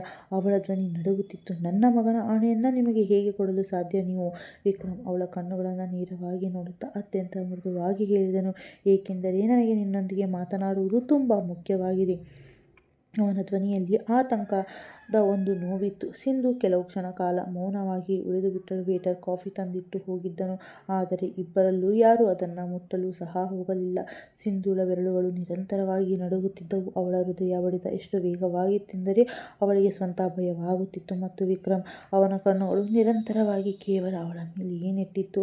ಅದರಲ್ಲಿ ಇಂದು ಯಾವುದೇ ಕೋಪವಿರಲಿಲ್ಲ, ಕೇವಲ ನೋವಿತ್ತು, ತುಂಬ ಆಳವಾದ ನೋವು. ವಿಕ್ರಮ್ ನಿಧಾನವಾಗಿ ಒಂದು ಸುದೀರ್ಘವಾದ ಉಸಿರೆಳೆದುಕೊಂಡು ಭಾವುಕ ಧ್ವನಿಯಲ್ಲಿ ಹೇಳಿದನು, ನಾನು ನಿನ್ನೊಂದಿಗೆ ಒಂದು ಕಥೆಯನ್ನು ಹೇಳುತ್ತೇನೆ ಸಿಂಧು, ಮತ್ತು ಕಥೆ ಮುಗಿದ ನಂತರ ನನಗೆ ನಿನ್ನಿಂದ ಉತ್ತರ ಬೇಕು. ಸಿಂಧುಳ ರೆಪ್ಪೆಗಳು ಹಗುರವಾಗಿ ನಡುಗುತ್ತಿದ್ದವು. ಅವಳು ನಿಧಾನವಾಗಿ ದೃಷ್ಟಿ ಎತ್ತಿ ವಿಕ್ರಮ್ನನ್ನು ನೋಡಿದಳು. ಇಂದು ಮೊದಲ ಬಾರಿಗೆ ಅವಳಿಗೆ ವಿಕ್ರಮ್ನ ಈ ರೂಪ ಕಾಣಿಸುತ್ತಿತ್ತು. ಅದನ್ನು ಅವನು ಯಾವಾಗಲೂ ಇಡೀ ಜಗತ್ತಿನಿಂದ ಮುಚ್ಚಿಟ್ಟಿದ್ದನು. ಒಬ್ಬ ವ್ಯಕ್ತಿ ಯಾರು ಹೊರಗಿನಿಂದ ಅತ್ಯಂತ ಕಠಿಣ ಹಾಗೂ ಗಟ್ಟಿಯಾಗಿ ಕಾಣಿಸುತ್ತಿದ್ದನೋ, ಆದರೆ ಒಳಗಡೆಯಿಂದ ಪೂರ್ತಿಯಾಗಿ ಒಡೆದು ಹೋಗಿದ್ದನು. ವಿಕ್ರಮ್ ಕೆಲವು ಕ್ಷಣಗಳ ಕಾಲ ಮೌನವಾಗಿದ್ದನು, ತನ್ನನ್ನು ತಾನು ಸಂಭಾಳಿಸಿಕೊಳ್ಳುತ್ತಿರುವಂತೆ. ಕೊನೆಗೂ ಅವನು ಮಾತನಾಡಲು ಆರಂಭಿಸಿದನು. ಇಂದಿಗೆ 6 ವರ್ಷಗಳ ಹಿಂದೆ ನಾನು ನನ್ನ ಗೆಳೆಯ ಸಿದ್ಧಾರ್ಥ್ನ ವೆಡ್ಡಿಂಗ್ ಆ್ಯನಿವರ್ಸರಿ ಪಾರ್ಟಿಗೆ ಹೋಗಿದ್ದೆ. ತುಂಬ ದೊಡ್ಡ ಪಾರ್ಟಿಯಾಗಿತ್ತು. ದೊಡ್ಡ ದೊಡ್ಡ ಉದ್ಯಮಿಗಳು ಬಂದಿದ್ದರು. ಆದರೆ ಅಲ್ಲಿ ಎಲ್ಲಕ್ಕಿಂತ ಹೆಚ್ಚಾಗಿ ಯಾವ ವಿಷಯದ ಬಗ್ಗೆ ಚರ್ಚೆ ನಡೆಯುತ್ತಿತ್ತೆಂದರೆ ಆ ಪಾರ್ಟಿಯ ಅರೇಂಜ್ಮೆಂಟ್. ಪ್ರತಿಯೊಂದು ವಿಷಯವನ್ನು ಇಷ್ಟು ಸುಂದರವಾಗಿ ಅಲಂಕರಿಸಲಾಗಿತ್ತು ಎಂದರೆ ಪ್ರತಿಯೊಂದು ಕೇವಲ ಅದನ್ನೇ ಹೊಗಳುತ್ತಿದ್ದರು. ಸಿದ್ಧಾರ್ಥ್ ನನಗೆ ತಿಳಿಸಿದನು, ಈ ಇಡೀ ಪಾರ್ಟಿಯನ್ನು ಒಬ್ಬ ಹುಡುಗಿ ಆರ್ಗನೈಸ್ ಮಾಡಿದ್ದಾಳೆ ಎಂದು. ಇದನ್ನು ಕೇಳುತ್ತಿದ್ದಂತೆ ಸಿಂಧುಳ ಹೃದಯದ ಉಸಿರಾಟ ನಿಧಾನವಾಗಿ ಭಾರವಾಗಲಾರಂಭಿಸಿತು. ಅವಳ ಕೈ ಬೆರಳುಗಳು ಬಿಗಿಯಾದವು. ನಾನು ಅವಳನ್ನು ಭೇಟಿಯಾದೆ. ವಿಕ್ರಮ್ನ ಧ್ವನಿ ನಿಧಾನವಾಗಿತ್ತು. ಮೊದಲ ನೋಟದಲ್ಲಿ ಆ ಹುಡುಗಿ ನನಗೆ ಬೇರೆಲ್ಲರಿಗಿಂತ ವಿಭಿನ್ನವಾಗಿ ಕಂಡಳು. ತುಂಬ ಸರಳ, ತುಂಬ ಮುಗ್ಧ. ಅವಳ ಕಣ್ಣುಗಳಲ್ಲಿ ಒಂದು ವಿಚಿತ್ರವಾದ ಸತ್ಯವಿತ್ತು. ಆದರೆ ಅವಳ ಪರಿಸ್ಥಿತಿ ಸರಿಯಾಗಿರಲಿಲ್ಲ. ಬಹುಶಃ ಅವಳಿಗೆ ಪ್ರಜ್ಞೆಯೇ ಇರಲಿಲ್ಲ. ಆರಂಭದಲ್ಲಿ ನನಗೆ ಅನಿಸಿತ್ತು ಅವಳು ಡ್ರಿಂಕ್ಸ್ ಜಾಸ್ತಿ ಮಾಡಿದ್ದಾಳೆ ಎಂದು. ಆದರೆ ನಂತರ ನಾನು ಗಮನಿಸಿದೆ, ಅವಳು ಪದೇ ಪದೇ ತನ್ನನ್ನು ತಾನು ಮುಟ್ಟಿಕೊಳ್ಳುತ್ತಿದ್ದಳು, ತಳಮಳ ಪಡುತ್ತಿದ್ದಳು, ತನ್ನ ಬಟ್ಟೆಗಳನ್ನು ಎಳೆಯುತ್ತಿದ್ದಳು. ಸಿಂಧೂಳ ಕಣ್ಣುಗಳಲ್ಲಿ ನಿಧಾನವಾಗಿ ನೀರು ತುಂಬಲಾರಂಭಿಸಿತು. ಅವಳ ಕಣ್ಣೆದುರು 6 ವರ್ಷಗಳ ಹಿಂದಿನ ಆ ರಾತ್ರಿ ಮತ್ತೆ ಜೀವಂತವಾಗಲಾರಂಭಿಸಿತು. ಅವಳ ಉಸಿರು ಗಂಟಲಲ್ಲೇ ಸಿಕ್ಕಿ ಹಾಕಿದಂತಾಗಿತ್ತು. ಸ್ವಲ್ಪ ಸಮಯದ ನಂತರ ನಾನು ಅವಳನ್ನು ಒಂದು ಮೂಲೆಯಲ್ಲಿ ನೋಡಿದೆ. ವಿಕ್ರಮ್ ಇನ್ನೂ ಅವಳನ್ನೇ ನಿದ್ರಿಸುತ್ತಿದ್ದನು. ಅವಳು ತನ್ನ ಬಟ್ಟೆಯನ್ನು ಹರಿದುಕೊಳ್ಳುತ್ತಿದ್ದಳು. ಕೈಗಳು ನಡುಗುತ್ತಿದ್ದವು. ಮುಖ ಪೂರ್ತಿಯಾಗಿ ಕೆಂಪಾಗಿತ್ತು ಮತ್ತು ಕಣ್ಣುಗಳಲ್ಲಿ ವಿಚಿತ್ರವಾದ ನಶೆ ಇತ್ತು. ಆಗ ನನಗೆ ಅರ್ಥವಾಗಿತ್ತು, ವಿಷಯ ಮದ್ಯದ್ದಲ್ಲ, ಅವಳಿಗೆ ಯಾರೋ ಡ್ರಗ್ಸ್ ಬೆರೆಸಿದ್ದಾರೆ ಎಂದು. ಸಿಂಧೂಳ ತುಟಿಗಳು ನಡುಗಿದವು. ಅವಳ ದೃಷ್ಟಿ ಕೆಳಗೆ ಮಾಡಿಕೊಂಡಳು. ಅವಳ ಕಣ್ಣಿನಿಂದ ಮೊದಲ ಬಾರಿಗೆ ಹನಿ ನೀರು ಜಾರಿ ಕೆಳಗೆ ಬಿದ್ದಿತ್ತು. ನಾನು ಬಿಸ್ನೆಸ್ ವರ್ಲ್ಡ್ನಿಂದ ಬಂದವನು ಸಿಂಧು. ವಿಕ್ರಮ್ನ ಧ್ವನಿ ಭಾರವಾಗಿತ್ತು. ನಾನು ಇಂತಹ ಎಷ್ಟೋ ಹುಡುಗಿಯರನ್ನು ನೋಡಿದ್ದೇನೆ. ಯಾರು ಸ್ವಂತ ಹುಡುಗರ ಹತ್ತಿರ ಬರಲು ಪ್ರಯತ್ನಿಸುತ್ತಾರೆ, ಅವರನ್ನು ಸೆಳೆಯಲು ನೋಡುತ್ತಾರೆ. ಆದರೆ ಆ ಹುಡುಗಿಯಲ್ಲಿ ಅಂತಹ ಯಾವುದೇ ವಿಷಯ ಇರಲಿಲ್ಲ. ಅವಳು ಹೆದರಿದ್ದಳು, ಒಡೆದು ಹೋಗಿದ್ದಳು. ಅವಳಿಗೆ ಸ್ವಂತ ತಿಳಿಯುತ್ತಿರಲಿಲ್ಲ ತನ್ನೊಂದಿಗೆ ಏನು ನಡೆಯುತ್ತಿದೆ ಎಂದು. ವಿಕ್ರಮ್ನ ಬೆರಳುಗಳು ಟೇಬಲ್ ಮೇಲೆ ಬಿಗಿಯಾಗಿದ್ದವು. ಅವಳ ಡ್ರೆಸ್ ಹಲವು ಕಡೆ ಹರಿದು ಹೋಗಿತ್ತು. ಆ ಕ್ಷಣದಲ್ಲಿ ಮತ್ಯಾರಾದರೂ ಅವಳನ್ನು ಆ ಸ್ಥಿತಿಯಲ್ಲಿ ನೋಡಿದರೆ ಬಹುಶಃ ಅವಳ ಬದುಕು ಅಲ್ಲೇ ಮುಗಿದು ಹೋಗುತ್ತಿತ್ತು. ಅದಕ್ಕಾಗಿಯೇ ನಾನು ಅವಳನ್ನು ಅಲ್ಲಿಂದ ಕರೆದುಕೊಂಡು ಹೋಟೆಲ್ನ ಒಂದು ರೂಮ್ಗೆ ಹೋದೆ, ಕೇವಲ ಅವಳ ಗೌರವವನ್ನು ಉಳಿಸಲು. ಸಿಂಧೂಳ ಉಸಿರಾಟ ಈಗ ನಡುಗಲಾರಂಭಿಸಿತು. ಅವಳ ಇಡೀ ಶರೀರ ಸಂಪೂರ್ಣವಾಗಿ ಮರಗಟ್ಟಿ ಹೋಗಿದಂತೆ ಭಾಸವಾಗಿತ್ತು. ನಾನು ಡಾಕ್ಟರ್ನನ್ನು ಕರೆಸಿದೆ, ವಿಕ್ರಮ್ ಮುಂದೆ ಹೇಳಿದನು. ಡಾಕ್ಟರ್ ಅವಳಿಗೆ ಇಂಜೆಕ್ಷನ್ ನೀಡಿದರು. ಆದರೆ ಅವರು ನನಗೆ ಸ್ಪಷ್ಟವಾಗಿ ಹೇಳಿದರು, ಈ ಡ್ರಗ್ಸ್ ತುಂಬ ಪವರ್ಫುಲ್ ಆಗಿದೆ ಎಂದು. ಯಾವ ವ್ಯಕ್ತಿ ಆ ಮದ್ದನ್ನು ಬೆರೆಸಿದ್ದಾನೋ ಅವನ ಉದ್ದೇಶ ಕೇವಲ ಒಂದೇ ಆಗಿತ್ತು, ಆ ಹುಡುಗಿ ಸ್ವಂತ ತನ್ನ ಬಟ್ಟೆಗಳನ್ನು ಬಿಚ್ಚಿಕೊಳ್ಳಬೇಕು, ತಾನೇ ಒಂದು ತಮಾಷೆಯಾಗಬೇಕು ಮತ್ತು ಎಲ್ಲರ ಎದುರು ಅವಳ ಗೌರವ ಹರಾಜಾಗಬೇಕು ಎಂದು. ವಿಕ್ರಮ್ನ ಕಣ್ಣುಗಳು ಈಗ ಸ್ಪಷ್ಟವಾಗಿ ನೋವು ಮೂಡಿತ್ತು. ನಾನು ಕೋಣೆಯ ಟೆಂಪರೇಚರ್ ಕಮ್ಮಿ ಮಾಡಿದೆ, ಅವಳನ್ನು ಕಂಬಳಿಯಲ್ಲಿ ಸುತ್ತಿಬಿಟ್ಟೆ. ಆದರೆ ಅವಳ ಶರೀರ ಬೆಂಕಿಯಂತೆ ಕಾಯುತ್ತಿತ್ತು.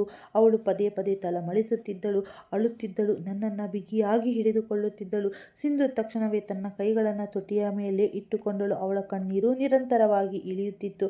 ಡಾಕ್ಟರ್ ಹೇಳಿದಳು, ಅವಳ ಶರೀರ ಶಾಂತವಾಗುವುದು ತುಂಬ ಮುಖ್ಯ, ಇಲ್ಲದಿದ್ದರೆ ಅವಳ ಪರಿಸ್ಥಿತಿ ಇನ್ನೂ ಹದಗೆಡುತ್ತದೆ ಎಂದು. ಆದರೆ ನನಗೆ ತಿಳಿಯುತ್ತಿರಲಿಲ್ಲ ನಾನು ಏನು ಮಾಡಬೇಕು ಎಂದು. ವಿಕ್ರಮ್ನ ಧ್ವನಿ ಈಗ ಒಡೆದು ಹೋಗಿತ್ತು ಮತ್ತು ಅತ್ಯಂತ ಕಷ್ಟದ ಶಬ್ದಗಳು ಹೊರಬರುತ್ತಿದ್ದವು. ನಿಧಾನವಾಗಿ ಅವಳು ನನ್ನ ಹತ್ತಿರ ಬರಲಾರಂಭಿಸಿದಳು. ಆ ನಶೆಯಲ್ಲಿ ಅವಳಿಗೆ ಏನೂ ಅರ್ಥವಾಗುತ್ತಿರಲಿಲ್ಲ. ನಾನು ಅವಳನ್ನು ದೂರ ತಳ್ಳಲು ಪ್ರಯತ್ನಿಸುತ್ತಿದ್ದೆ, ಆದರೆ ಅವಳು ಮತ್ತೆ ಮತ್ತೆ ನನ್ನ ಹತ್ತಿರ ಬರುತ್ತಿದ್ದಳು. ಸಿಂಧು ತಕ್ಷಣ ತನ್ನ ಕಣ್ಣುಗಳನ್ನು ಮುಚ್ಚಿಕೊಂಡಳು. ಅವಳ ಉಸಿರು ಎದೆಯಲ್ಲೇ ಸಿಲುಕಿಕೊಂಡಿತ್ತು. ನಾನು ಒಬ್ಬ ಮನುಷ್ಯನಾಗಿದ್ದೆ ಸಿಂಧು. ವಿಕ್ರಮ್ನ ಕಣ್ಣುಗಳಿಂದ ಕಣ್ಣೀರು ಜಾರಿತ್ತು ಮತ್ತು ಆ ರಾತ್ರಿ ನನಗೆ ನನ್ನನ್ನು ನಿಯಂತ್ರಿಸಿಕೊಳ್ಳಲು ಸಾಧ್ಯವಾಗಲಿಲ್ಲ. ನಾನು ಆ ಎಲ್ಲ ಗೆರೆಗಳನ್ನು ದಾಟಿಬಿಟ್ಟೆ. ಅದನ್ನು ನಾನು ಕೇವಲ ನನ್ನ ಹೆಂಡತಿಯೊಂದಿಗೆ ಮಾತ್ರ ದಾಟಲು ಬಯಸಿದ್ದೆ. ನಾನು ಯಾವಾಗಲೂ ಅಂದುಕೊಂಡಿದ್ದೆ, ನನ್ನ ಬದುಕಿನ ಪ್ರತಿಯೊಂದು ಸರ್ವಸ್ವವನ್ನು ಕೇವಲ ನನ್ನ ಪತ್ನಿಗೆ ಮಾತ್ರ ನೀಡುತ್ತೇನೆ ಎಂದು. ಆದರೆ ಆ ರಾತ್ರಿ ನಾನು ಅದೆಲ್ಲವನ್ನು ಆ ಹುಡುಗಿಗೆ ನೀಡಿಬಿಟ್ಟೆ. ಸಿಂಧೂಳ ಕಣ್ಣುಗಳಿಂದ ಕಣ್ಣೀರು ನಿರಂತರವಾಗಿ ಹರಿಯುತ್ತಲೇ ಇತ್ತು. ಅವಳ ಕಣ್ಣೆದುರು ಆ ರಾತ್ರಿಯ ಪ್ರತಿಯೊಂದು ಕ್ಷಣವೂ ಪದೇ ಪದೇ ತಿರುಗುತ್ತಿತ್ತು. ಧನ್ಯವಾದಗಳು. ಮುಂದಿನ ಸಂಚಿಕೆಯಲ್ಲಿ ಏನಾಗುತ್ತದೆ, ಮುಂದೆ ವಿಕ್ರಮ್ ಏನು ಹೇಳುತ್ತಾನೆ, ಸಿಂಧೂಳ ಅನಿಸಿಕೆ ಅಭಿಪ್ರಾಯವೇನು ಎನ್ನುವುದನ್ನು ಮುಂದಿನ ಭಾಗದಲ್ಲಿ ತಿಳಿದುಕೊಳ್ಳೋಣ. ಅಲ್ಲಿಯವರೆಗೂ ಕಾಯ್ತಾ ಇರಿ. ಜೊತೆಗೆ ಈ ಕತೆ ನಿಮಗೆ ಇಷ್ಟವಾಗಿದ್ದರೆ ದಯವಿಟ್ಟು ಕತೆಗೆ ಒಂದು ಲೈಕ್ ಮಾಡಿ, ಕಮೆಂಟ್ ಮಾಡಿ, ಜೊತೆಗೆ ಮರೆಯದೆ ನಮ್ಮ ಚಾನಲನ್ನು ಸಬ್ಸ್ಕ್ರೈಬ್ ಮಾಡಿಕೊಂಡು ಈ ಕನ್ನಡತೆಯನ್ನು ಪ್ರೋತ್ಸಾಹಿಸಿ. ಮತ್ತೆ ಮುಂದಿನ ಸಂಚಿಕೆಯೊಂದಿಗೆ ಭೇಟಿಯಾಗೋಣ. ಅಲ್ಲಿಯವರೆಗೂ ಖುಷಿಯಾಗಿರಿ, ಆರೋಗ್ಯವಾಗಿರಿ. ಧನ್ಯವಾದಗಳು.